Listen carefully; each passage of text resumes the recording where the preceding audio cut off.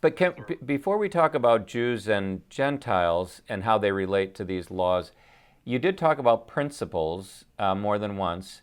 And I wonder, is there something about the Torah itself, something in the Torah itself that invites a way of obedience, a way of walking in the path of the covenant that is principial and not strictly literal? So that maybe even talking about 613 laws is already on the wrong foot, so to speak, because there's something in it that's meant to be a little bit more case-oriented and to get people started living on some tracks? Well, the Torah gives specific laws that aren't to be done always specifically. And you have to look at the principle behind it.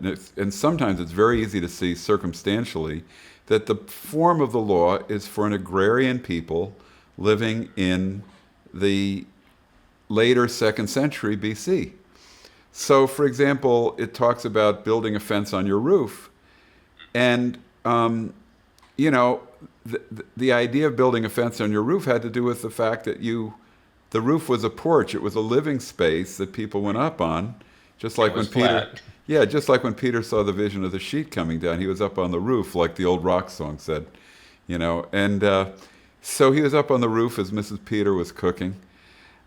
But the idea, you see the principle very readily in that one. That's an easy example, and that is, take reasonable efforts to protect people from obvious dangers by the way you build your houses, by the way you deal with your streets.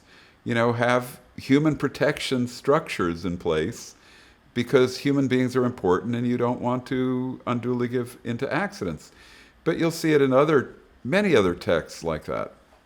Well, there's actually extrapolations within the Torah itself in the narratives, because sometimes people have already received the law, but they're not sure what to do. And Moses says, I need to meet with God at the tent of meeting to figure out how to adjudicate this case. So obviously they have received the Torah as the basis for living in God's way, in God's path, and in God's presence.